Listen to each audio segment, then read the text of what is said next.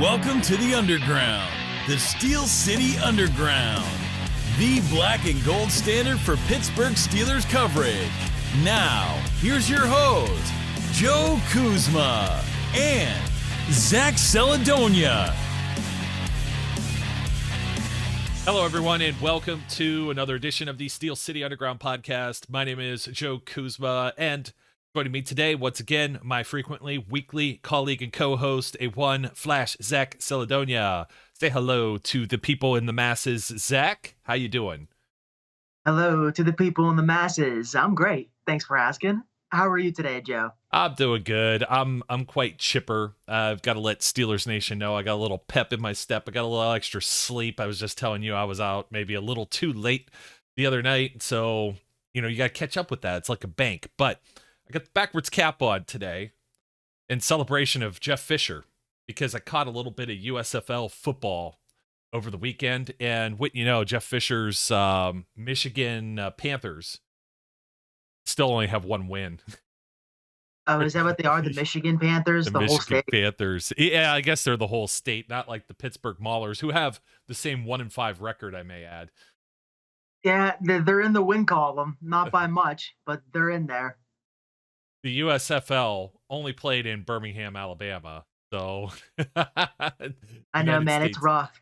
I tried to Alabama catch some of football. that game, too. The stands are just, empty, bro. It's, kind of sad. I got into it for a minute. I caught the end of the Maulers game. Was that yesterday? Maybe 2 days ago when they started to get a comeback going, but it wasn't enough despite their efforts. Yeah. Well, I just saw Jeff Fisher, with his hat backwards, not shaved, looked really disheveled, probably not, just collecting a check, whatever he's doing there. So, hey, you know what? We got to bring up something more serious, because if people were on earlier today, they saw us going back and forth on Twitter. I have to mention this, by the way. Did you really think you were going to get away without talking about quarterbacks the rest of the entire summer? You didn't even make it I don't even think you made it an hour, to be completely honest. I was fighting with people on Twitter an hour after the show posted. Yeah, I said last show, and I said when I woke up the next day, and I said this morning that I wasn't going to talk about quarterbacks, not necessarily quarterbacks, but just the Mason Rudolph debacle. And I was done. I had sworn off of it. And every time that I think that I'm done, and I've answered every point that I can and given every one of my opinions back that I can, rebuttals to the rebuttals, I get grabbed back in, by my nipples is what it feels like, because I just can't resist. People, they dangle the carrot in front of my face. I'm just this big walking ass to them, and they have this carrot in front of my face, and it's Mason Rudolph. He's the carrot, and people want to argue about him, and I can't stop biting at the carrot. But I'm almost done. I want to swear off it, but I guess I can't. I guess I'm weak. Debacle. I don't know that it's much of it's not a debacle. It's just, Debacle to me. Did you peruse some of our comments? Yes. Not too bad. Some people are on our side, either way or the other. I was trying to tell you on Twitter, there just isn't enough room, and we're definitely not going to take an hour and a half or whatever of talking about it again today. We'll table that. We got some other things to talk about, but particularly who Mason's going to be throwing to when he wins the starting job. But other than that, no, I'm not taking it. I'm not, dude. That you can have that. You can have it. No, but we did admit though, whatever quarterback, Trubisky, if he struggles, here's something we should just throw out real quick. Going back on Twitter, I think we agree on this. If Trubisky struggles, then you're yanking him. He's going exit stage right or left or whatever with the old hook. You know what I mean? And probably never to be seen again. Maybe as a backup, probably somewhere in the future. Maybe even with the Steelers. Never know. Could be the next Charlie Batch. But, Mason, he would get the yank too, obviously. But I think it's more or less you don't know. I like this comment. I just came up with this earlier when we were doing this. I said it's the I don't knows versus the do knows. And I don't know. Was Mitch in a bad situation? I don't know that 10 starts is enough for Mason. And I don't know anything about Kenny Pickett as a pro football player other than he's a first round pick. So as a first round pick, yeah. If he were to get the hook, he's probably coming back at some point. But that's just kind of like my point there is like, I think you know a little bit more about some guys, but having 3 I don't knows is better than I almost said I don't know again.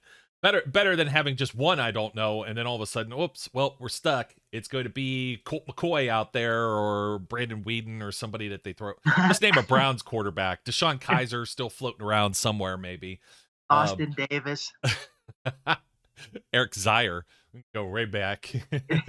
Testaverde might still be playing somewhere. Oh yeah, Hoyer's still around. He's still around. I mean, he made Jared Stidham expendable this offseason. Did you happen to see Bill Belichick? Like all of a sudden, there's like a report that the offensive players are confused and they don't know what's going on with the offense. And somebody asked him about who's calling plays, and he said, "We'll get to it when we get to it." And I just love it because it's like, here's a guy with how much hardware in the trophy case, and everybody is giving him the business. And it's like, this is the same thing we talk about with Pittsburgh and Mike Tomlin and everything like that. And it's just like, nobody is immune to it. Guys like they may waive the 5-year Hall of Fame or, waiting period for Bill Belichick to go in because he most deservedly is first ballot guy. I mean, as much as you tend to not want to like the New England Patriots or whatever, you can't argue it. You know what I mean? And it's just, they're giving him all kind of, like, do you trust the guy a little bit or no? You know what I mean? And I know everybody has their quirks and ways of doing business. If everybody doesn't do everything the same exact way and get the same exact winning result, then you're garbage. But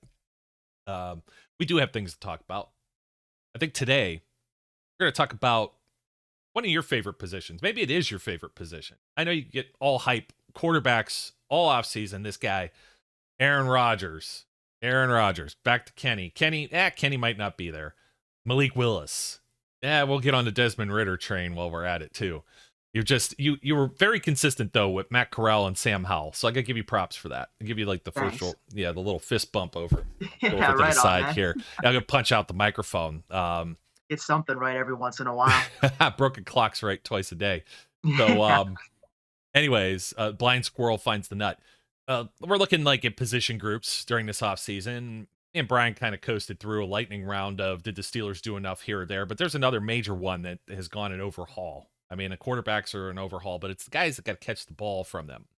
And there was some nice clickbait that came out over the weekend, and people started copying each other on it. No, it's not the Ben Roethlisberger being disgruntled, upset thing. That's, I don't know. I don't even want to give any credence or time or anything to that unless there's somebody that actually comes out and says something, probably Ben. Which, when's he ever shut his mouth? You know what I mean? He's not shy. No, he would just come out and say it. So, it was about, did the Steelers give up on JuJu Smith-Schuster or James Washington? And I'm just kind of like, I'm sitting here, I'm just like shaking my head. And I was telling you, I had the conversation off air or on Twitter too with the guy, he's a Bills fan. He actually came, I can't yell at him. That was the Duck Hodges game. He was down there tailgating with me. And it was just like, why are you idiots jumping through tables? And he's just like, I don't know. But he was the one that was saying some of the stuff about Allen. Like, he had a very tepid. It wasn't that you didn't have like, just to kind of relay. I had said something about like Buffalo fans. A lot of them hated the pick. They hated the pick initially. It was like, did TJ Watt hate when it was the actual draft? When the guy went to play, you have some optimism, but it still wasn't like, is he surely whatever? But I mean, they had some success right away and then flopped into playoffs. And it's kind of like the same thing with Cleveland and Baker. And boy, did they yank Baker really quick, right? But he was talking about probably the best thing, and he's a Mitch Trubisky fan, obviously. He's really got his kind of sad, I guess, in a way. You've already got your guy there, but he really liked Mitch Trubisky and having to let him go. But that kind of spiraled into talking about the wide receivers. And he was like, getting the distractions out of your locker room is probably a pretty big thing. And I didn't really give it that much thought about the give up on JuJu, give up on James Washington. Believe we'll have some meat on the bone to chew off there. But over the last few years, I mean, wide receivers are always divas.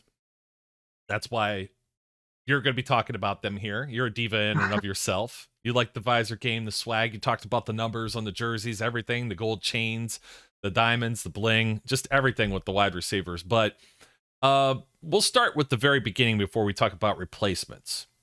The Steelers give up on JuJu Smith-Schuster. Was it really a locker room thing? Because a lot of people think that Well, dancing on a team logo, TikTok in your spare time, Fortnite, riding a bicycle, whatever this bizarreness is. Mark Madden just having a field day every other day, coming up with some dumb reason when I hate, I always want to call him a kid because we know he was so young. He's still young in the league, even though he's like a 5-year going on 6-year veteran. But I don't think there was ever an off-field problem really with JuJu Smith-Schuster. Was he ever really a distraction? I mean, we're not talking Antonio Brown here, or we're not talking Antonio Brown here. Like, what's wrong with people, man? I mean, do you think that JuJu was ever a distraction, or you think he was more of a leader? Did he set a bad example, or what? Or or is this part of the equation? We got to get this guy. Don't even bother with this guy. It's just it's a waste of our time. I think distraction is just one of those terms that the NFL fan community learned and then exhausted to a point where, like, you hear it all the time, and it's kind of overused in a sense. Where I don't think, I don't think the players in the locker room get distracted from stuff that Juju does or by stuff that Juju does. I think the stuff that, like you already touched on, Antonio Brown was doing, very distracting when you're calling out teammates and not showing up for practices or Throwing doing, Gatorade jugs and yeah, doing actual like illegal activity, drawing attention to yourself from the cops. Those are distractions that your teammates have to answer for and account for. This is great because coincidentally, I heard an interview recently with Taylor Lewan talking, and he was asked about the distractions and that kind of question. And he said he never felt like anything of the level of stuff that Juju would do would be a distraction to him. He wasn't asked about Juju specifically, but he was asked about distractions. And he actually did mention by name Antonio Brown. He was like, now stuff that, like, Antonio Brown was doing, I'm sure, yeah, to a certain level that became a distraction. But these minor things like, yeah, dancing on logos, having a personality in a sense, touchdown celebrations. I don't think any of that rubbed any single Steelers player the wrong way, except Antonio Brown. But he's loved by his teammates. That's clear, whether they say it themselves or they display it through their actions on the field. I never thought that what Juju was doing was as bad as some of the mainstream media and fans wanted you to believe. I just didn't think that that would be the case for me. If I was in the locker room with Juju, I wouldn't be like, oh, this guy over here, like posting his videos and making it all about him. I wouldn't care. Like, it wouldn't bother me. I'd be focused on the task at hand. And I think Juju at the end of the day was focused on that because he's such a distraction and all about him. But Juju's the one that was seen on TV and the internet being very emotional after all of the Steelers' big losses. Like, he wears the team on his sleeve. He cries, especially when he's involved in the loss in a great way. I think back to the Saints game when he fumbled it away. He was inconsolable on the sidelines. So he clearly cares about the better of the team and the better of the Steelers. yeah, I'd say more or less played with emotion and that kind of energy, positive and negative. It can translate in the wrong direction. I mean, Antonio Brown used to have a certain kind of energy to him, and I don't know. It's hard for me to say some bad things about Antonio Brown because I still really, really liked him. But he's absolutely crazy anymore. But I don't know. Just everything is crazy upon crazy and wants attention drawn to himself. But Juju, I think like the celebrations and stuff. Like, I think people just take too much into it. Like, they're taking too much time to rehearse that stuff, or they're not Yeah. putting enough into their craft. Like, just really dumb kind of commentary like that. Whereas, like, Antonio Brown did some of that stuff before too, the Spider-Man thing in the end zone and the flip, and then Ben telling him never to do that again. But then maybe jealousy, jealousy breeds the envy and everything else. And Juju won that Player of the Year deal, voted on by his teammates and Yeah, Antonio team Brown. MVP. But then you had like the poison of it, like, with Le'Veon Bell holding out, not signing his franchise tag, and Antonio Brown like not showing up or leaving, and just all the craziness that ended up ensuing from that. And then the bad things he said about Ben. And then if you're coming in to a situation and now you don't know, wow, is this Ben guy like a jerk? Like, you're like a rookie player or something like that.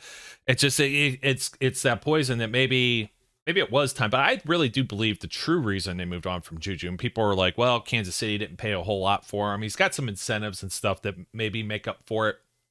The reason he has an incentive-laden contract is because he hasn't been the most durable player as of late. And that necessarily isn't always his fault. You saw James Conner had a pretty solid year. They got hurt. Like, you know what I mean? He got announced to go to the Pro Bowl and then Yeah, missed it's their like play 2-3 style. games. They're rough and tough guys. They play through defenders. They're not really the shake and bake kind of skill positions. That's JuJu and Conner both. They kind of rely on their strength to get through defenders, whether it's going around them or going through them. That's their play style. And when you play like that as an offensive player, yeah, you make yourself a lot more vulnerable to injuries from the impact that you take in using your body as kind of like this weapon to get through defenders. And that's how JuJu and Conner both play. Yeah, and it's nothing against either of them, but the availability is pretty big. And I think the Steelers, it wasn't like, you're moving on from Conner, you're moving to Najee Harris. And now we're not exactly sure where they're moving on from JuJu, but JuJu was clearly like a wide receiver 3 almost, maybe the last couple of years. And some of that was availability. So the other usage too, yeah, availability and usage. I think they got away from using JuJu in his like most successful spots. It can't just be the fact that Antonio Brown left and that like JuJu's production just went with him. I think they got away from using JuJu where he was best utilized in the slot and drawing up better situations for him in particular. And injuries definitely played into it for sure, but they seem to lose their way with how to use JuJu after Antonio Brown left. Well, it really didn't even help with Randy Fichtner and then Matt Canada and maybe Gimp Arm Ben. Like, you know what I mean? Like, yeah, for sure. I don't know. Yeah, it's almost like you're turning a new leaf over a new leaf. And I don't know. I wouldn't say it was necessarily that the Steelers quit on him. No, it's just that, it's just a time where you kind of mutually move on, and maybe new scenery might be good for him. Now, on the flip side, you've got James Washington, who we're kind of excited about. This was the draft pick the year they traded Martavis Bryant. They traded Martavis Bryant, got a 3rd-round pick, and then immediately went after James Washington in the 2nd round. And it was almost like you targeted him immediately after you knew day 1 was over. You're like, oh, this guy will fall here. The Steelers will take him. And I can't remember if there were some type of visits or pro days or whatever that went with that. I think it might have because, the Mason Rudolph link and everything like that too. So, but with Washington, yeah, and ironically, or not maybe ironically, his best season 2019 when everybody was getting hurt and Rudolph was the guy that was in there maybe with the most familiarity. But Washington, on the other hand, I'm not sure where his talents lie. You know what I mean? We always knew he was maybe good at the combat catch thing. I mean, geez, put it back up there for everybody that sees this.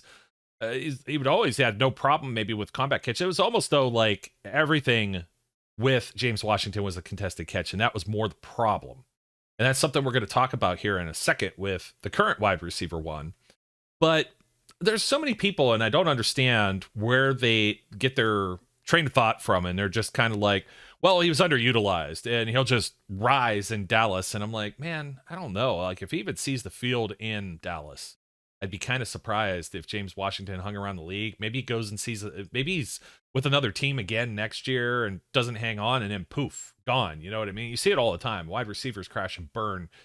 Oh, yeah. Yeah, if you're not one of the top guys, you're in and out. And that's going to be part of this conversation as well as the wide receiver contracts that are out there. In fact, let's just jump. Say your piece about Washington, because we got to get on to Deontay Johnson right from this. Yeah, I just got to cut to the chase, man. Cut to the chase. No problem. Yeah, I can make this quick and easy. I'll rip it off like a Band-Aid. I got into this before the draft, and we were talking about receivers, but Washington just flat out can't separate.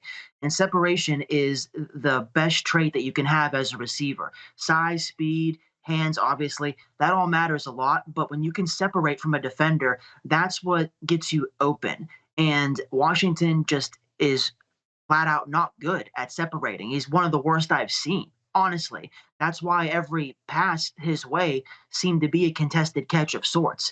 Like, it's great when he can catch it, but you would rather have your receivers getting open more often than not, because chances are that that ball isn't always going to be caught by the receiver. The defender is going to get his hands on it occasionally, sometimes frequently, if your arm starts to go, like which was the case with Ben, and then Mike Hilton was the lucky recipient of a ball that was underthrown to Washington, admittedly underthrown, but Hilton was also all over Washington. If Washington had more separation, who knows? Maybe Ben could have hung it a little more outside. Really, that's neither here nor there. The point is, Washington lacks that trait that can help you become a like top tier level receiver. He can probably get by and still be a solid number 4, maybe option, maybe a contributing number 3. But yeah, he's going to Dallas where they already have CeeDee Lamb, obviously. They still have Michael Gallup, who they gave the big contract to. And it's escaping me right now if they let Cedric Wilson go or not. I think maybe they did let him go. But yeah, at best, he's a 3 on that team. And they may have even drafted somebody, the Cowboys too. So I don't think the Steelers are going to be missing anything with the departure of Washington. I always felt that he was kind of like good enough to stick on the team and wasn't anything to write home about, or really talk about in a sense of like, oh, this guy is an untapped potential on the Steelers roster. I always felt like for the past since we've had him really since his rookie year that they could still add to the receiver room. Like Washington wasn't a reason to shy away from adding to the room. Oh, and they have. Yeah, exactly. Yeah, that shows you how they feel. They've continued to go to the well since drafting Washington with Deontay, Claypool, and now these past 2 this year with Pickens and Austin. So I think the Steelers felt like the Washington project was done, and smarter Steeler fans realized that it was done too. You know what? Why'd you make me look up the Cowboys depth chart? The first thing my eyes went over to is quarterback. So behind Dak Prescott, you've got Cooper Rush, yeah, Will Grier, and Ben DiNucci. How good you feeling about that room? Yeah, they still have DiNucci. That's so funny. I know. I'm quite shocked about that myself. Yeah, the biggest thing, and it's not like Washington had like this big pro day speed. The reason he wasn't a first rounder is because he didn't have the speed. And then that was just another thing that didn't help him separate. Had pretty decent hands. Somebody said like he dropped the ball a lot. It's funny because I know you had those comments about, oh man, let's just bring it up real quick. Somebody was comparing maybe a Mason Rudolph situation to Drew Brees with the Chargers. And it's like Drew Brees was a 4-year starter, 5 years in the league, threw for 3,000, 4,000 yards. Yeah, his first 2 years were shaky. His final 2 years there were like, especially his final season, San Diego was like, man, why the heck did you guys draft Phillip Rivers? You know what I mean? Yeah, there was a bidding war for Brees. Yeah. That was the thing. Yeah. The Dolphins and the Saints like went to war for Brees, and he almost went to the Dolphins, and he picked the Saints. So yeah, Brees was like the sought after free agent prize that year in 2006. Yeah, that was like his year to make a name for, or he did make for a name for himself, but that was his time to shine. And like all the news stories were about where's Brees gonna go among the other free agents, but he was the headliner in 2006. Yeah, he was, and that, but maybe one of the greatest free agent signings in NFL history. Somebody that was allowed to kind of go, and it was like, man, how are you making that comparison? And the reason I'm bringing that up is it's like the preposterous things sometimes you see, the terrible takes over on social media, and that one was pretty bad and got you riled up. But the one I saw, I wasn't going to defend it, but it was like, geez, oh man, where does somebody think that James Washington like drops every pass that goes his way? I don't think he had a drop in 2 years. Now, granted, he probably only had like 40 targets or 40 receptions on like 70 targets or something. He wasn't heavily involved in the offense, but like, geez, oh Pete's, man, what are you thinking about here? Like, what do people watch? Do you watch the same games? Do you even watch the games? Like, you know what I mean? But anyways, Cowboys, yeah. That's what sucks me in, dude. That's what sucks me in. I make the mistake of thinking that every single Steeler fan that I get into a heated argument with needs to see and needs to have all the same viewpoints that I've seen, and that's the mistake that I make. That's my own fault. That's my cross to bear. I give people too much credit. I think they know more than they do. And yeah, if you're going to bring up Drew Brees as a reason why I shouldn't give up on Mason Rudolph, buddy, I got nothing more to say to you. Like the situations that's what gets my blood boiling about the player comps is like they're so rarely mutually exclusive. And that one, you won't catch me typing up a paragraph to somebody in response almost ever.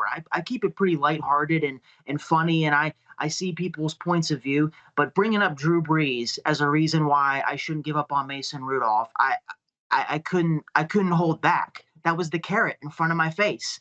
And and then you sucked me into it too, trying to get ready, this morning, and it's like, dude, like I don't really have a dog in the race or a horse in the race. Like I'm not really backing. I'm not disagreeing with you either. I know you like got that was caught in just the crossfire, dude. You got caught in the crossfire, and that's the thing too. Is I get so heated arguing about Mason. I miss the point. Is that like I understand that you're like we discussed this last show. Is that we both agree that he can stay on the team. I'm fine with that. I'm just like over the people telling me that I am like misevaluating him. If you think he can still be good, that's your thing, dude. That's your prerogative. You can have that. I just don't. So, and I'm not mad at the people who think he can still be good. I just really don't. He can be a Yeah. backup, and that's totally fine with me. He can stay on the team. That's my whole thing on the matter is I miss that sometimes when people want to talk about him with me. Mason, I'll say his name. People want to talk about Mason with me, and I just see red, and I explain why I'm like over it. But not everybody is trying to say that he can be like our next franchise guy. Some people are just trying to simply say, he deserves to still be on the team, which is fine by me. It really is. So, Well, yeah, when I mentioned like the Cowboys quarterback depth chart, or I brought up the Seahawks with like Drew Lock and yeah. Geno Smith, and like if they would have added somebody to that group, then maybe people would have been talking about that almost in the same way as the Steelers, to be completely honest. But they wouldn't have been talking about Drew Lock maybe having a shot at starting like they do right now, or Geno Smith for that matter, which it just reminds me a lot. Almost, I don't know, Geno, not quite Dwayne Haskins, rest in peace, because he had more starting experience, although poor experience with the New York Jets, as you may imagine. It's like just about anyone bouncing around there when you're talking about quarterback comparisons and teams that fail to get it. It's like just start loading up just load up. And like that's why I said about the I don't knows. But back to James Washington, it's like it's the same thing. You see that he dropped the ball, or he just wasn't used right. And it's like, no, the Steelers didn't quit on James Washington. Like James Washington got passed over multiple times there had to be some reason there. You don't take a guy in the second round and then not use him. You know what I mean? And that even goes back to Ryan Switzer and Eli Rogers getting some PT, guys that were an undrafted guy. And then we all know Ryan Switzer. It's a fun name to always bring up. But we got to bring up some of the current folks that are on the Steelers roster. And let's go to Deontay Johnson, because you're talking about drops. And people make such a big deal of drops. But we're talking about, he barely had any drops last year. I don't even think he led the team in drops. To begin No, he with. led the NFL in not drops. That was a confirmed stat. He had the least amount of drops, like per target ratio, whatever, when the season ended. And then he just fell apart in the playoffs. It's a damn shame because he really did put in enough work to shake the drops, which is really hard to do when you're a wide receiver. It's so mental. And when you start dropping it, it can ruin your career, as shown by not DK Metcalf, as shown by Dante Moncrief and Sammy Coates. Like when you start dropping the ball and can't catch it, man, that can really ruin your career if you can't get back on track. And Deontay, to his credit, was able to, but because of how his season ended in the playoffs, that's like still what Yinzers will cling to, is he can't catch the ball. And I get it if you're trying to say he can't catch it in crunch time. That's a different argument to be discussed, I suppose. But he did do enough to shake the drops and be a really damn good receiver for the Steelers, and a large part of why we were even relevant last year. Yeah, and part of his coming out party too with 2019, both of the quarterbacks that we're ragging on with Rudolph and Hodges, and it's like still gets the job done. I mean, just the people, this is where I'm going with this, and it's he gets separation, he breaks tackles. A lot of the Steelers offense as of late has been, let's throw the ball really short at or behind the line of scrimmage, and then let this guy just create, let him cook in the kitchen. And he's got some shake and bake. Obviously, he breaks a boatload of tackles. And there's something about, like, can you replace that necessarily? I know we're talking about some of the rookies here, but I'm already looking ahead to maybe a next year thing, because we're already hearing about money. And we're seeing some Twitter stuff. I don't think we saw him like totally implode and take everything off of social media just yet. But, you got Deebo Samuel, for instance. You got Tyreek Hill cashing in. Christian Kirk, for whatever why did you do this, Jacksonville? Like, you just set like everybody off, like Devontae Adams and AJ Brown, and this is like probably what the Steelers are looking at around the draft. They're like, good Lord, let's just get some rookies now and some rookies next year, and we're not going to have to pay some guy like $25 million as a wide receiver. Like, it's just it's ludicrous to think about. You tend to forget some of these things. Like, the Steelers actually scored on an opening possession here. We talked about how that didn't happen too often last year, but this was Green Bay. Talk about a guy who just got paid, Jair Alexander, who got beat by Deontay Johnson.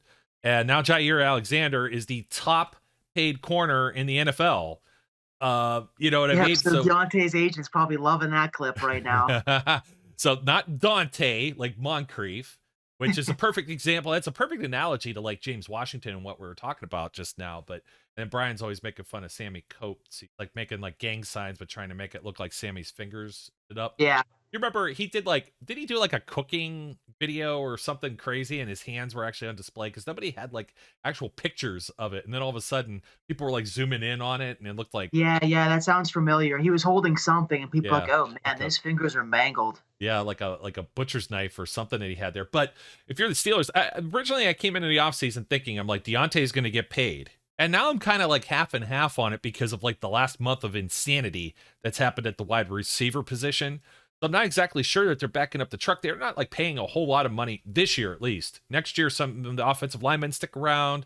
Maybe there's quarterback. Maybe Trubisky does well and there's incentives and he sticks around. They'll have more money invested in the offensive side of the ball. But right now they've got like nothing invested in the offensive side of the ball. In fact, somebody pointed out it's cap hit. It's cap hit. It's not actual cash base salary because or APY, average per year. But Derek Watt is the highest cap hit on the Steelers offense right now. And I'm like, well, it's a little tongue-in-cheek. He's not the highest paid player, but he's the highest cap hit, followed by, I think, Mason Rudolph, actually, and then Mitch Trubisky, like 1, 2, 3. So do the Steelers do a deal? If they get to camp and it's Kelvin Austin's lighting it up, I'm not sure that there's a training camp or end of training camp, beginning of the season discussion. This is going to maybe go the whole year, and they're going to wait and see then if they think one of these other young guys is just going to take over at the helm. But I do think, my personal thought, I do think Deontay Johnson would be worth offering a contract to. Yeah, so absolutely, me too. I think he deserves a contract offer to him of pretty high money, not like to reset the market, not to put him in the top 5, but I am stuck around the number 20 million per year because that's what guys like Deebo Samuel and DK Metcalf, AJ Brown, they were all looking for, and that's supposed to be the tier that Deontay is a part of. I don't know if it's in the Steelers' makeup to really offer Deontay Johnson $20 million a year. If he would sign for somewhere closer to 17 or 18, I could see that as a reality. But that'd be a tough pill for the Steelers to swallow, I think, giving Deontay $20 million a year. I'm sure that's what he wants. And that's, again, just me guessing off of what I'm seeing from social media and TV and hearing what these receivers from his same class and tier of talent, for a better part, all seem to be trying to get. And 20 is just a really high number to be paying one-year receivers. But they could afford it, though, because if it's like any of the quarterbacks we just mentioned, I mean, Mason's not going to go out there and sign a Drew Brees contract if he lights it up. No, that's a good thing. Our quarterback position is cheap right now, especially with Pickett being the first-round pick, and we have him on the rookie deal. And Trubisky's cheap, Mason's cheap. So the Steelers are in a position with the quarterback room where the money can be more free elsewhere. So that is a good point about that. It's just, I think back to the Steelers and how they have tried to get receivers to come back in the past is they'll offer them a deal if they think they're good, but it's rarely the deal that resets the market. Thinking back to Mike Wallace saying no and then Antonio Brown saying yes, and then them continuing to make Antonio Brown happy to a point until he wasn't. And I'm too young to think back of what happened with Plexico. I don't know what that negotiation process went like with him, but I imagine the Giants gave him a pretty penny to go over there. That was tough. That was tough because they also had Hines Ward at the same time too. Yeah, that's right. Yeah, I guess so. I get a lot is riding on what we see from Pickens and Austin in camp, and then if no deal is made, even more is riding on how they look during the regular season. I Yeah, would pay Deontay though. I want to make that clear. I like Deontay and think he's a good player. I would offer him a deal. It'd be hard for me to put that 20 million on there. I would try first to shoot for like 17, 18, but that's what business is for. you ain't lying. I mean, Christian Kirk, Amari Cooper. I mean, Devontae Adams. Yeah, okay. Tyreek Yeah, Hill. Yeah, okay. AJ Brown. Man, AJ Brown is like a guy like he gets he's banged right up a lot. there. Yeah, he's there, but and we saw DeAndre Hopkins was the previous high earner, and he's probably just. It's always the next guy, and then you're like, sitting there with your bowl of cereal and some tears are falling and dropping into your Cheerios or whatever, but. Yeah, I definitely I would pay Deontay. And he's more versatile. He's very versatile Yeah, as opposed to we'll go to the next guy. I'm not sure if there's a contract in the future. This could be another one of these things where you think Chase Claypool, he makes some nice combat catches. Is the speed and separation there like they would like? It reminds me a lot of like Martavis Bryant, except Martavis Bryant didn't always come down with the ball. But Martavis Bryant, if he got open, it was like, forget about it. Aliens on the loose. You know what I mean? And there was, again, the speculation of when Claypool came out, was he going to be, is he too big? Is he going to be a tight end? Is he going to do this or that? But he's definitely in position as the wide receiver too. But it's like, you're not going to pay two guys. Now, I know they've got a couple years of separation with them. But I think there's already some forward thinking entering year 3. They still got 2 more years of Chase Claypool on his rookie deal. But I think that's the reason why like George Pickens is now aboard. And it's either gonna open things up for Claypool, or it's gonna see him maybe getting a few splinters on his ass over on the sideline, sitting there. Like if he runs the wrong route or something gets screwed up, especially with the younger quarterbacks. I mean, let's face it. Trubisky's still young enough, but we're saying inexperienced. He hasn't played in the system yet. Kenny Pickett obviously hasn't. Mason again 10 starts. He's been around. Some of these guys he's still going to be playing with brand new if it's Pickens or Calvin Austin. So yeah, but if one or the other makes a mistake, you got to help these guys out. Yeah, and that's why the wide receiver room has to be solid here. So that there's Claypool, and I'll just bunch one more in because I don't want to have to forget about another veteran that was added. This is actually one of the funnier photos, but it was on Steelers.com. Boykin. Brace yourself. Yes. That dude's focused. Oh yeah, And it was like the surgical gloves almost there. He's going to work, but yeah, he's ready. He's ready and poised. And there's another guy. Did he really have any problems with dropping the football? That they get conflated with like Hollywood Brown here in big time. yeah. That's the thing. I think fans, like I was just saying, we give them too much credit sometimes. I think they're just mixing up the who's who. Like thinking Washington was dropping a lot of passes. Maybe they were thinking of 2020's version of Deontay Johnson, who did drop a lot of balls, or whoever else was on the Steelers at the time, because that was a bad year for drops. And with correlating that to right now, I think people just make the mistake of thinking like, yeah, Boykin was on the Ravens, so he must have sucked and he must not have been a good receiver, because the Ravens are pretty much notorious right now for not using the receivers and not having them work out. I think Boykin gets a bad rap. I still think he's got talent, and I like the signing very much. It kind of came and went in the blink of an eye because we signed him right before the draft, and then he got swept under the rug with the excitement of these rookies. But he can still make a push to stick. Absolutely. I think there's a very real reason why the Steelers went out of their way to go and claim him on waivers or sign him outright. I can't remember. Yeah, it was a waiver. You're right. It was a waiver claim. Okay, waiver claim. Yeah. And with Chase, I think you briefly hinted at this, and I think you're right to an extent. I don't think that there is a contract in the future for Chase here, unless we're not able to keep Deontay. I think Chase is kind of Plan B right now for a long-term receiver, like to be signed again. Because I don't think they would like to have Deontay and Claypool both leave. That could be a reality they're faced with. But I think if Deontay eventually leaves because he outprices himself, I think they'll try to retain Chase. Similar but different to how they missed out on Mike Wallace, but were able to keep Antonio Brown. The situations are not the same from a skill level, but I'm saying I could see the Steelers like trying that strategy again and keeping Chase around for a little longer if they miss out on Deontay. I think Chase is a solid number 2.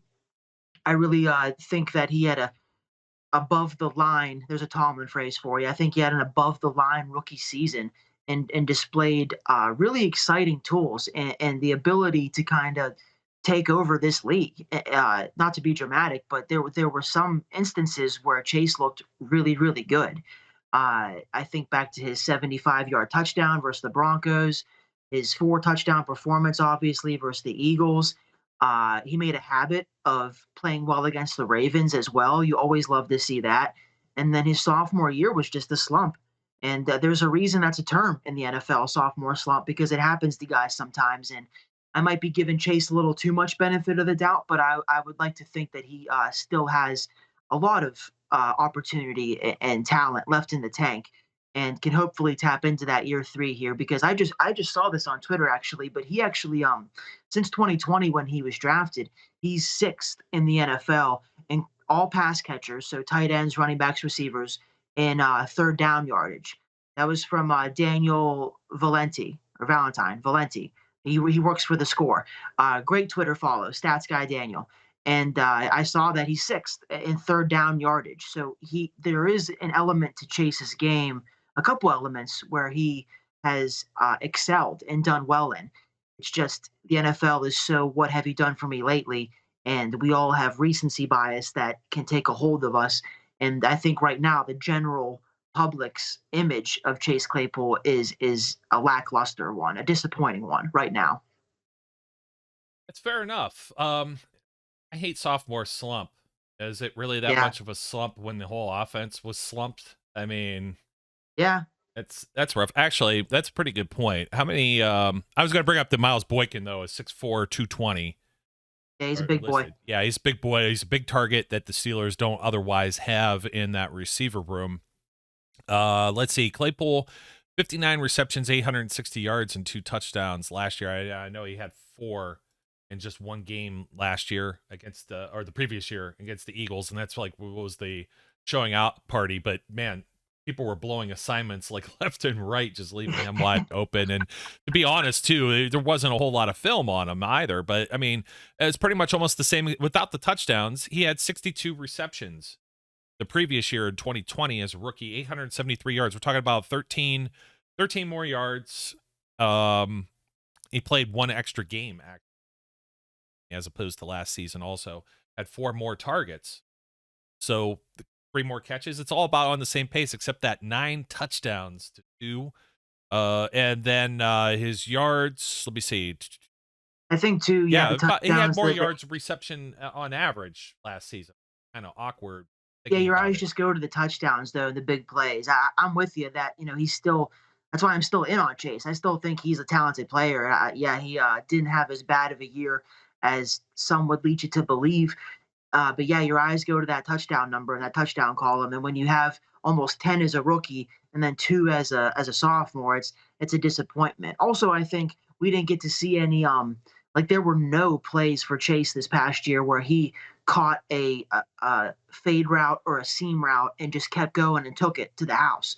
That play versus Denver, even though there were no fans in the stands in 2020, that was an electric play from Yeah. Claypool. Ben hit him in stride. He was probably running close to a 4.2 when he was streaking down the sideline for that touchdown. And we didn't get to see any kind of plays like that from Chase as a sophomore.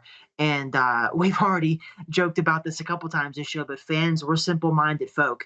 And if you don't have these like big plays and these like, oh wow, like did you see Claypool's performance in Week 7? It's like, well, is that a disappointing year after we were talking like that after his rookie year? I think that kind of like explains why some people like view him as a disappointing kind of talent right now. Even though you and I seem to be on the same page here, where it's like, yeah, he still got it. Yeah, he absolutely has it. I mean, it's just it's kind of a really silly kind of statement when you think about it. Had that big game with the Eagles, and that's all everybody ever thought about. You take that away, it's like 5 touchdowns. He was still second on the team in receiving, and he led everyone in yards per reception. So I don't know. You know how I am with some of this stuff. It's just kind of like, hey, recency bias. That's probably the best way to Yeah, explain it. And it's just that the people are starting to come up with different reasons as to why the Steelers didn't win last year, or hey, I'm not able to go into work the next morning and just rag on, Bengals fans or whatever. And I'm sorry, but I do think there's a lot that goes on with that. And you shouldn't be dumping on Claypool because he has made a lot of big catches in his career. He seems to have a lot that comes his way that you don't think he should come down with. And I think just the expectation overall of NFL wide receivers, well, they should absolutely 100% all the time get this. I am amazed at how many times after you watch college football and you're just kind of like, it's almost like cheating that you have 1 foot in bounds. You know what I mean? Yeah. And then you watch the pros and it's like, man, how did he got his foot down. You're looking like super slow-mo replay of like the little pellet dots or whatever on the turf field that fly up and somebody's toe drag and doing Tony toe tap. Antonio Brown did things that just spoiled the hell out of us. I mean, let's just be honest. So Claypool, I'm not jury out on Claypool whatsoever. I think these guys don't get enough credit whatsoever. And the next guy, I made this comment to Brian on the pod the other day. And I said, George Pickens has an opportunity here. Maybe he could be the Jamar Chase that the Steelers are looking at this year. Because, it's not like the Bengals had the worst wide receivers with T. Higgins or Tyler Boyd. But boy, was their game really elevated to the next level when Chase came on and was like a rookie like no other. Now, I'm not expecting Jamar Chase numbers out of George Pickens necessarily, but he definitely has the tools to add into there. Now, hold on. Let me pull back one more second, too. There's another guy that catches passes that may or may not have cut into the Claypool TD total, and his name's Pat Friarmuth. So that's something the Steelers didn't have the year before also. So you got to kind of take that into consideration. But anyway, back to, by the way, this was Rookie Premier, and I should maybe get Ryan Kang is the credit for the photo. I think he took all the photos for the NFL, so I'll throw that. Yeah, give him credit or put him in jail because he doesn't let people wear visors for those pictures. And Pickens looks so different without that visor, and he still looks cool, but I don't like how old Ryan there doesn't let them wear their visor. I'm sure they want to. If you ask George right there, hey, George, would you rather wear your visor for this picture? I guarantee you he would have said yes. Yeah, so anyways, pulled up once again. I flipped to the wrong one there. Deontay burning Jair Alexander. Man, no, I was just covering, and the reason I had that one pulled too, if you go over to the website, the Steelers recall for today was the Week 4 game against the Green Bay Packers last year. I was like, man, you almost forget about these. That's why I go back to them because 6-8 months later, you forget about some of these plays in the game. And there was the Joe Hayden. Was it Joe Hayden that blocked the field goal for Mason Crosby? And then Minka. Joe Hayden was the one they flagged for being offsides, and then Minka took 75 it back. yards. Yeah, Minka took it back. I think he blocked it too, Minka. Yeah, that's just so that was on the brain by all means. But no, I was trying to pull up the other Rookie Premier photo. And I do love the Rookie Premier, though. It is a fun time. I love seeing our guys in their uniforms for the first time. And Pickens still looks cool for sure. And there's that name again, dude. I'm with you. People are going to get mad and they're going to push back and roll their eyes and say, we're jumping the gun with the Jamar Chase name drop around George Pickens. But I agree 100,000%. He's got similar attributes, similar skills, a similar vibe to Jamar Chase. And you're right, the Steelers receiver room is in a very similar situation that the Bengals was right before they got Jamar Chase. So it's all there. The stars can align as long as we allow them to do so. But yeah, there's going to be kickback because Jamar Chase was so incredible last year. But I see it. I see what you're seeing.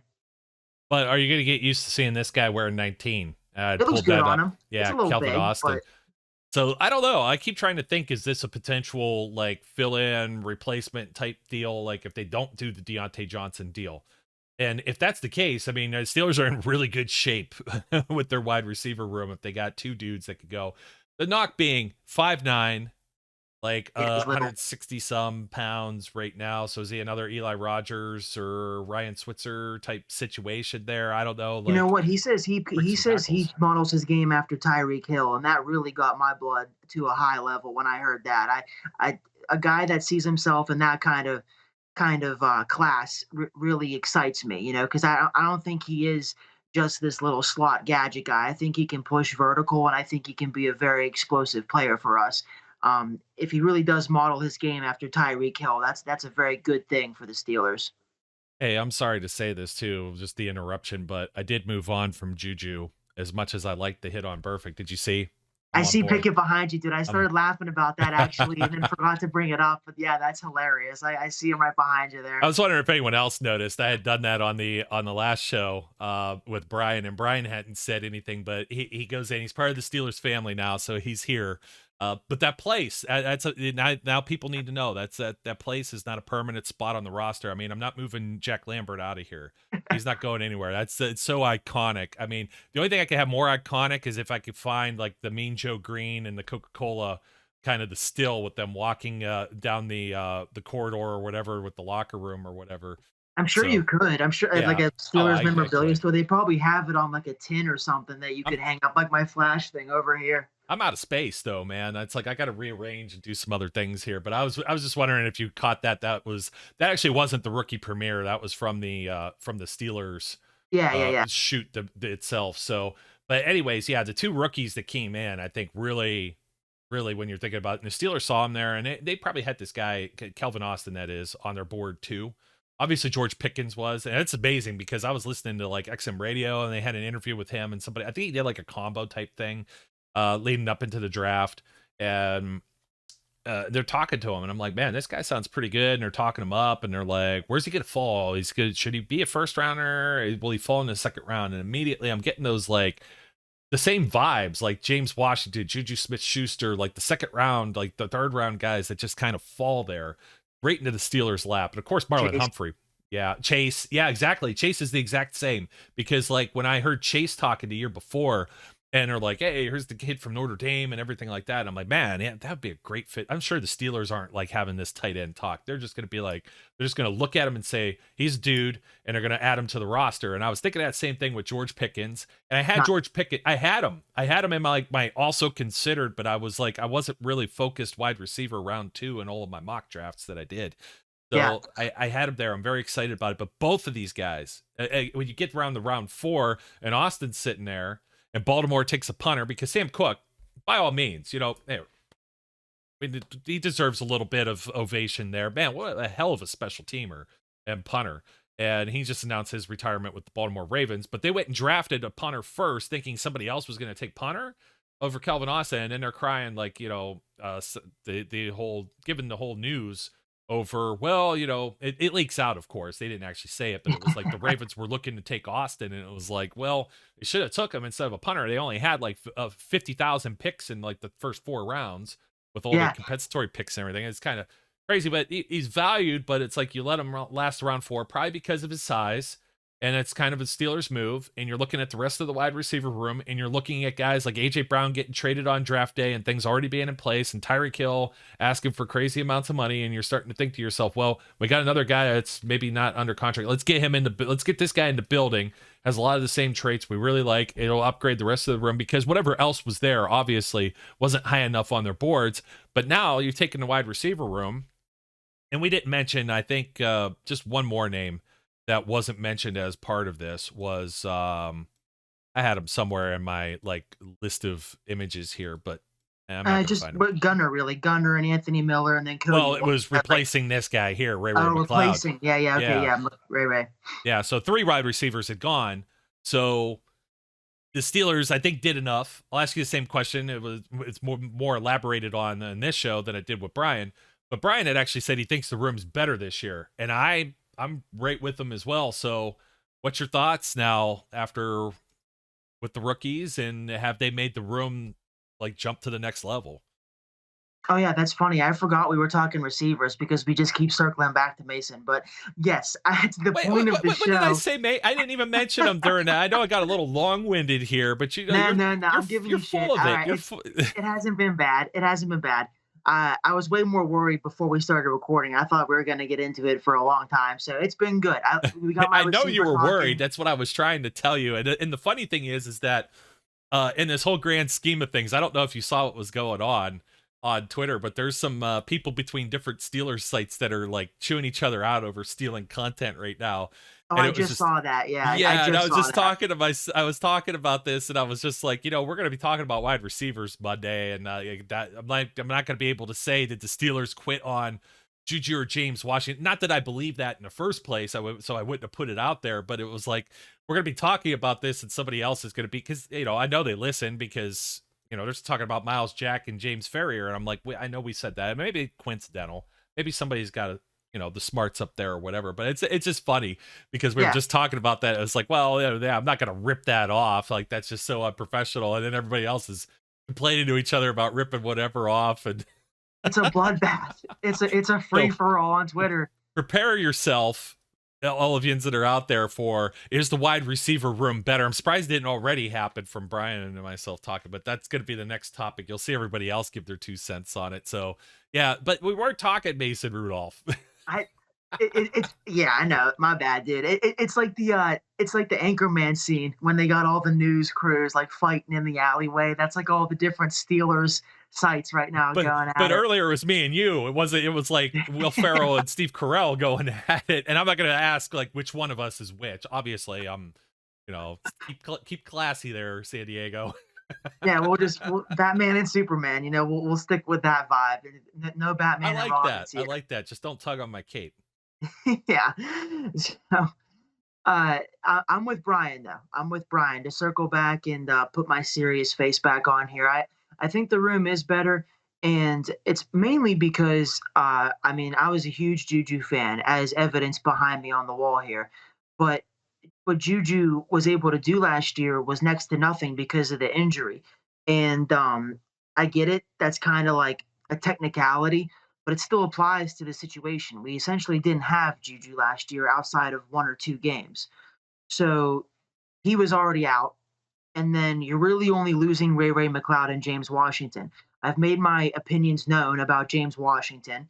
And Ray-Ray, I like Ray-Ray more than James Washington, but he was our the Steelers tried to turn him into a wide receiver 1, but he was like our 4th best receiver on the roster.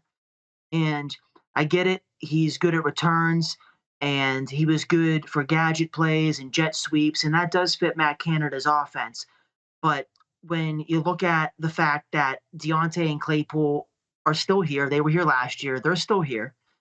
You add Pickens and Calvin Austin, who to most people, like you just said, Pickens was viewed as a first-round talent who only slid due to mainly his injuries and a little bit of character. And Austin slid because there's only 32 picks in each round and his size. We got to ask, I got to throw it right in there. Does George Pickens really have a character issue? It sure as hell don't seem like it when you're in any interviews or whatever. And he got in a fight and thrown out of a game. Is that really a character issue? I think he seems fine to me. He seems fine to me. I'm just like relaying what was out there. Yeah. He seems fine to me. I don't care if he fights. That's just AFC North style. I find that pretty sick, actually, that he likes to get physical with the cornerbacks, and he's not afraid to kind of assert his dominance. That's a great thing. I love that about him. There were just there were stories from scouts that were saying he was just not mature. So. But I think, what I've seen in interviews and how I've heard him answer questions and what I'm seeing in like these limited videos from practices, I'm very impressed with how he's carrying himself. And there's videos of him like laying down at the rookie symposium, and like that's just funny. That's just showing me he knows how to like have a good time and not take life too seriously. So I'm all in on Pickens' character right now. I don't think it's too alarming at all. And then they added Gunnar, who, we don't know what he's going to turn into, but technically he is an all-pro at the returner position. So they added him to the equation. They added Boykin, who still has something left in the tank, I believe, you believe. And they signed him. And they retained Anthony Miller and Cody White, who were here last year and know the playbook. So if you're going to break it down, that technically and that player by player, the room does seem like it's in a better position than last year right now.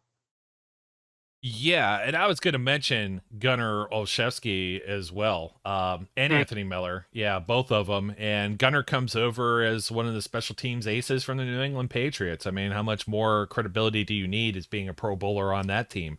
So it's going to be a crowded room, and he's going to have to he's going to be primarily just the special teams guy, you would think. Unless there's something that's wrong with him and he's defective, I think he got to be on the roster. It's like, who else are you going to have returning unless they start working people out? That's the beauty of training camp. I cannot wait for training camp to come around. So, and then of course Anthony Miller, his stats in Chicago with a 1 Mitchell Trubisky. He caught, let's see here, 134 balls over his career there in 3 seasons, 47 games, 1,564 yards, and 11 tutties. So his early part of his career, 12.8 to 12.6 yards per reception. So chain mover. I know, chain mover, but yeah, he's already kind of been burned out of the league. Yeah, he's peaked. I think he's peaked as a player for sure. But he's been around. It's tough to think where he might go. I like how you said Cody White. Like, I know that's somebody you could stash on the practice squad. Maybe even Miller, to be completely honest. Might. Yeah, I mean, they did last year, so I don't think there's a lot of people maybe jumping to sign him or add him to their fold. In particular, we've already named what? You got the top 4 are Johnson, Claypool, the 2 rookies, Pickens and Austin. If you're going to, I don't think Gunner is going to be getting a whole lot of offensive snaps, so you got to have another guy there, maybe a 5th, and that's got to be Miles. You got to think that's Boykin just because of his size. I don't think anybody else. How big's Pickens? I didn't really. He's like 6'3". 6'3". Yeah, that was kind of the ballpark I had him in. I wasn't off the top of my head for certain. So a little bit bigger, kind of. Got a little bit bigger of guys all the way around, to be completely honest. I think maybe that's why Ben's sour. Yeah, we finally got the tall guys for him. Yeah. Boykins 6'4". Claypool's listed at 6'4". Gunner's listed at 6 foot even, flat. And then Pickens, 6'3", 200. So Tyler Vaughns and Cody White hanging around here too, 6'2" and 6'3". Although, man, Cody's got a little more size to him. Like Tyler Vaughn, 6'2", 184. Like you could a gentle breeze might take that down. Like, I mean, they like Cody White, dude. I don't really know everything they're seeing in him, but that's just, he's one of those guys that Tomlin likes, and he can do special team. He's a tough guy, smart kid, solid hands from what I hear. So they like Cody White. Don't know how good his chances are now, though. Like you said, the top, because Claypool, Deontay, Pickens, and Austin, they're secure. They're not going anywhere. And then Boykin is probably the favorite, in the eyes of the coaches. And if you're a betting man, I would say Boykin's probably the favorite of the next tier guys to make the team. And then Gunner is kind of like special. Like you said, he's pretty much guaranteed a roster spot as long as Calvin Austin doesn't take a kickback in preseason for a touchdown.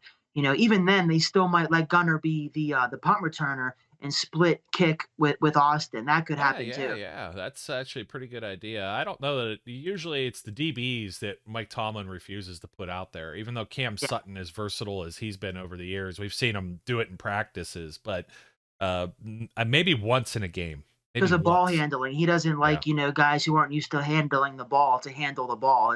That's what he said, I'm pretty sure, like almost word for word. Didn't I sound like Tomlin there? So he doesn't... Yes, you did. You just got to make sure you're painting the barn with not as broad strokes. So, yeah. Where did he come up with painting the barn all of a sudden? He must have had like a little trip through, the Amish Dutch part of the Western Pennsylvania there. All of a sudden he was all about barn raising, barn painting, like everything else. That was the Tomlinisms that were there. We're Amish friendly out here for sure. Yeah. That's it's if you're not used to it and driving like those back roads there, like absolutely it'll take you by surprise, especially if you run over a steaming pile of whatever and that's out on the road, and it happens. From the horses, of course. I introduced my daughter to Mr. Ed just the other day. You old enough? Do you know anything about Mr. Ed? Not much, bro. But he is a horse, of course. So I got that part down. Yes, he's a horse. Got it. Yes. Okay. Yeah. It's some fun stuff. She didn't know much about Looney Tunes. It was like, you watch Space Jam. Down. But I got Looney Tunes. Don't worry about that with me.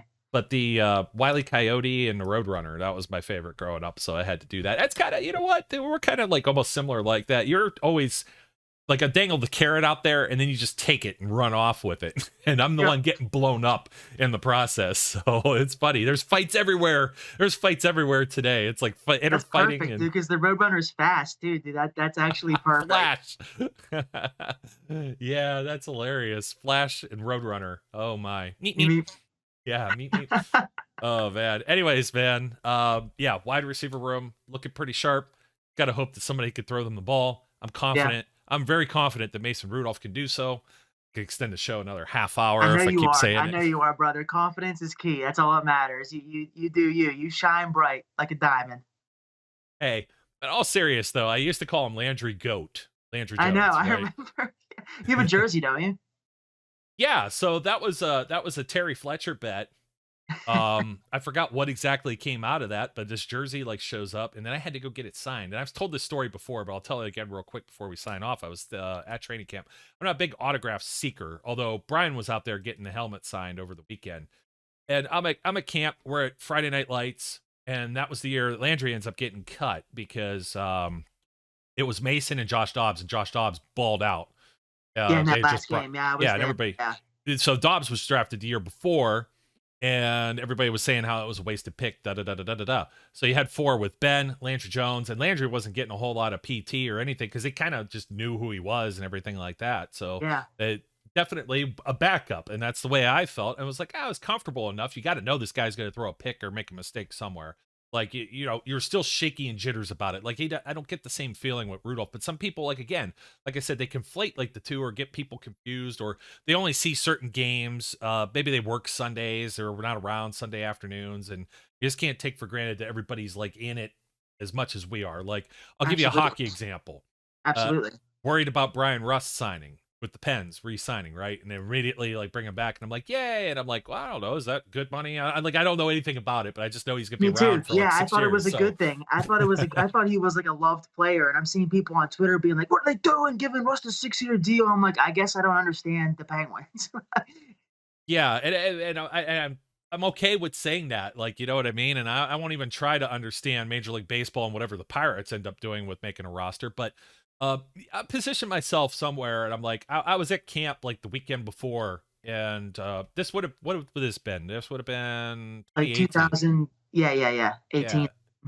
Yeah, 2018. So, and Art Rooney in a second like walks out, and somebody got a photo with them, and it was like all kinds of cool stuff that happens if you're in the right place at the right time. I was trying to get Landry the week before, and it's just like he's drowning out the noise because people probably only heckle him. You know what I mean? I could only imagine they boo when he just gets announced as coming into a game, and it was like, that's not. Come on, like have a little more tact. Stay classy, Pittsburgh. So, Anchorman's going to be our thing now, man. I'm telling you. Call back. Well, you wait forever for practice, and these guys got to go load back up on the school buses, and I'm there, and I'm on the gate, and I have the jersey out with me. And I'm just like, I don't know. I always feel like I'm a nuisance. I don't want to bother people. I'm like, this is going to go like somewhere. Like, I don't even really have like anything really displayed like that for the most part. I got a kicker football up here on the wall. You can't see it in the shot, but got a couple of the kickers. I got Sweejum to sign that the same day. Or not Sweejum. Sweejum's on there. Boswell signed it that day. He's one of the guys that was available. Because some of the guys on the fence, you know, everybody goes to if it's Ben. You know what I mean? And like Boswell's kind of like standing around. Eli Rogers with his hard hat, bucket hat, whatever he was wearing at the time. And so I'm waiting for Landry Jones. Because part of it was you got to get it signed. It's like, where the hell are you going to get Landry Jones to sign anything? It's not like he's making like all these personal appearances. He doesn't even have like a Twitter or Instagram or anything like that I'm aware of. It's like the guy probably gets hate mail sent to the complex. So at the end of practice and people are funneling out, it's like, this is my big moment. You know what I mean? And he starts to come out, and he's about almost outside the gate. I'm like, hey, Landry. And I'm like, Landry. And I like hold it up. I'm like, I have your jersey. And I like hold it up. I have the back of it showing, you know, the number, what was he, 3? I don't even remember. And I see his like reaction. He like, there's like this little glance back. Like he was out. He was ready to leave. And he was like, oh. All right. Like he's nodding his head, and he comes back and he signs it for me. And I say, you know, best of luck, this and that. So I fulfilled my end of the bargain there. But as that was going on, I get bumped right on the arm, right on my side. There was like I don't know if it was a young girl, it was a kid, boy, whatever, getting a football signed by TJ Watt. So here I am. I'm the jackass getting something signed by Landry Jones. And you probably made his day, bet. though. You probably made his whole day. He probably tells the story the same way I would. Like, Yeah. like this guy's yelling at my name. Like, what the hell do you want? And I look over. I was ready. I was like about like 2 steps from getting on the bus with so-and-so or whoever. And we were going to, go back and play Parcheesi or something in the room. And and this guy had my jersey. He's like, that's the only guy I've ever seen in my entire life that had a Steelers Landry Jones jersey. So I like, well, you made my day and you fulfilled the bet and everybody has a good laugh about it. Now you've got a great story too there, 2%ers. So anyways, hey, 3%ers maybe. Somebody said they were going to be less special. It's like, well, not really. The pie just gets bigger. Okay. Yeah. So there's more people. The little bit, the percentage, it's still an exclusive club. Okay. When we start getting into like 10%ers, then we'll talk. You know what I mean? Maybe we'll have to have some VIP podcasts or something for some of you. But yeah, everybody eats. Don't worry. Whole team eats. That's great, man. I still need my coffee. I haven't had enough of that today, but we're going to put a bow on this. Thanks for joining us once again out there, Steelers Nation. Zach, thanks as always, buddy. I know we were a little rough morning to start. You get in these things, and I know you're the same way. You're like, you have your phone still in the bathroom trying to brush your teeth or whatever, and you see some buzz alert, and you're like, God damn it, I don't want to answer this idiot again. You got cameras in my house, dude? You got cameras set up here? Because I swear to God, that's what was happening. I'm like dribbling spit, toothpaste down my chin because I'm typing back on Twitter. And you can't type, and then the autocorrect's doing all this goofy stuff. Every time I try and type like Trubisky, it's a disaster. It just does not work. And it tries to make it Trubisky's, like apostrophe S. And I'm like, I'm not bringing his wife into the conversation. Yeah, like, he's not possessing anything in this situation right now. I don't need the apostrophe. Don't forget to like, comment, and subscribe. My name's Joe. His name's Zach. And until next time, folks, thanks for viewing. Thanks for watching wherever you are. We encourage all of you out there to be safe, be good, and we'll catch you later. We would like to thank you for listening and remind our listeners to follow us on social media and our website, www.steelcityunderground.com.